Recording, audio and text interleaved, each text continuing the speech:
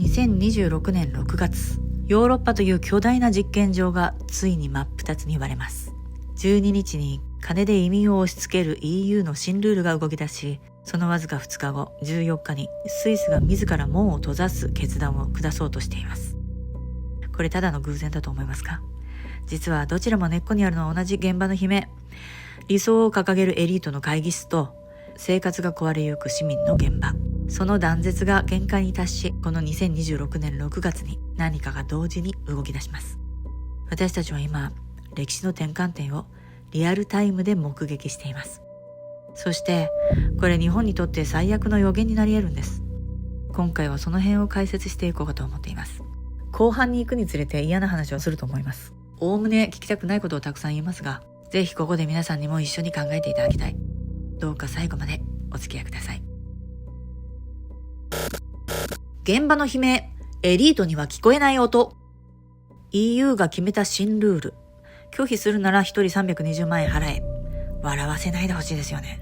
エリート様は会議室で数字をいじっていれば満足でしょうが、現場で起きているのは数字の問題じゃない。生活の崩壊ですよ。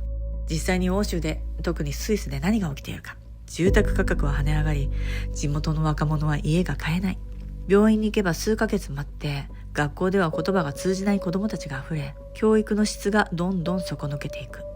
320万円払えば、そのストレスで疲れ果てた保育士さんや警察官の心が救われますか？現場のキャパシティを無視した人道なんて、ただの無責任な善意の押し売りでしかないんです。スイスの逆襲、最強のちゃぶ台返し。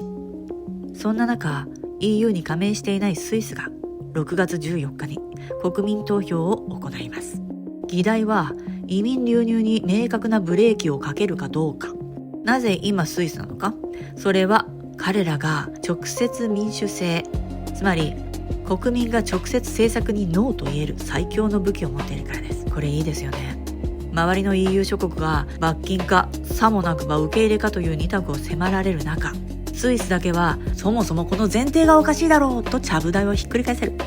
エリートが作ったルールを現場の国民がゴミ箱に放り込む。このスイスの自衛本能こそが今のヨーロッパに残された最後の将棋かもしれません。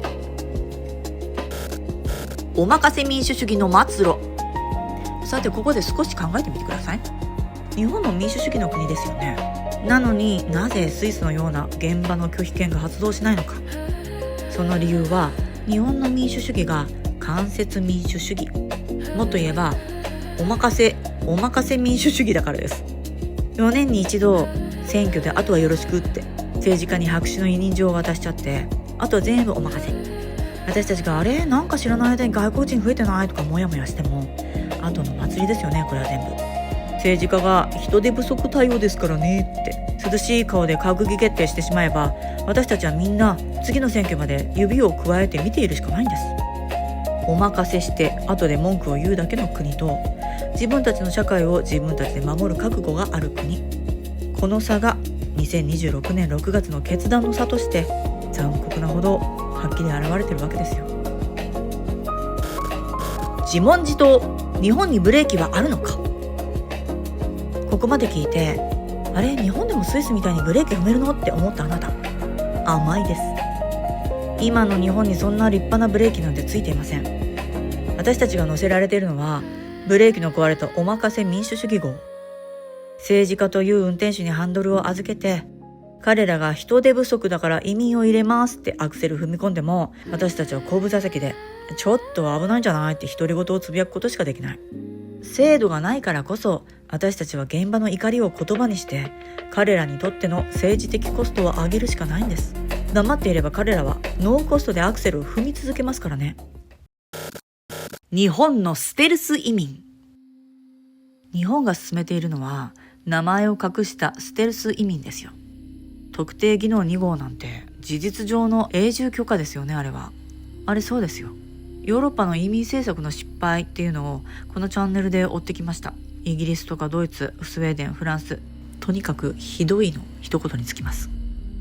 彼らの失敗はね、大切な議論を飛ばして数だけを入れたこと。日本も今国民のモヤモヤを無視して同じ道を猛スピードで逆走していますよ。上から押し付けられるルールにこのまま黙って従い続けますか？ 2026 年6月の欧州で起こる爆発。これは数年後の日本の姿そのものです。10年前の欧州をなぞる日本の現在地。欧州と同じ道をたどっているっていうのは、これ比喩でも何でもありません。欧州が10年20年前にやって大失敗したことの完全なコピーなんです。具体例3つ挙げます。まず1つ目、労働力として入れて人間として見ない。かつてのドイツはガストアルバイター、客分労働者として短期のつもりで人を入れました。日本も今特定技能で人が足りないとか言って労働力としてだけ数えていますよね。でも欧州で起きた現実は違ったんですよ。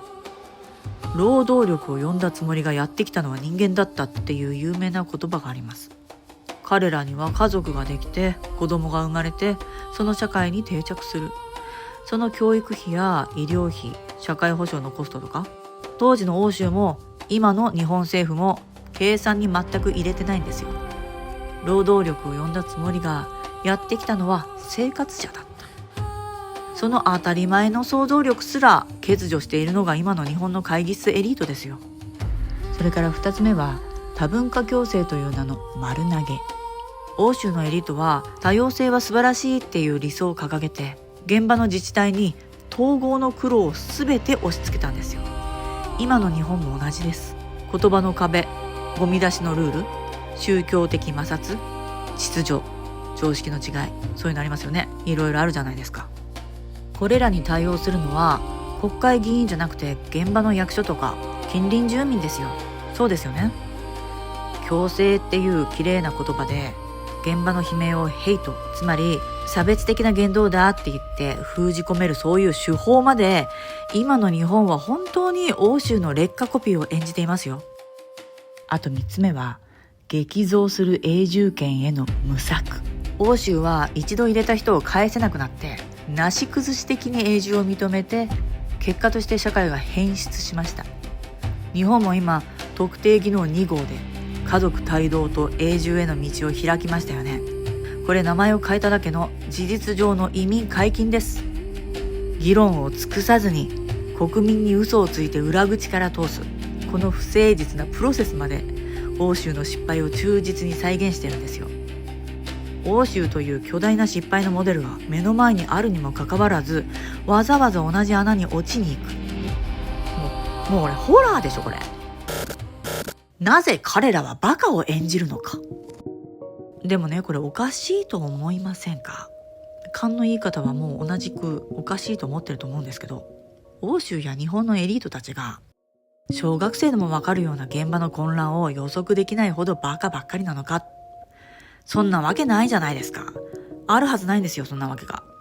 ほとんどの人たちきっと高度な教育を受けて膨大なデータを持って、もう仕事上やっぱり海外の政府とも直接やり取りできる、そういう術を持っている。そんな良識ある大人たちがなぜ国を壊すような決断を平然と繰り返すのか。ここで一つの仮説が浮かびます。これは失敗じゃなくて計画なんではないですかって。ここでね、このチャンネル陰謀論か、そう思う人たちきっとたくさんいると思うんですよ。ただね、陰謀論って何ですか？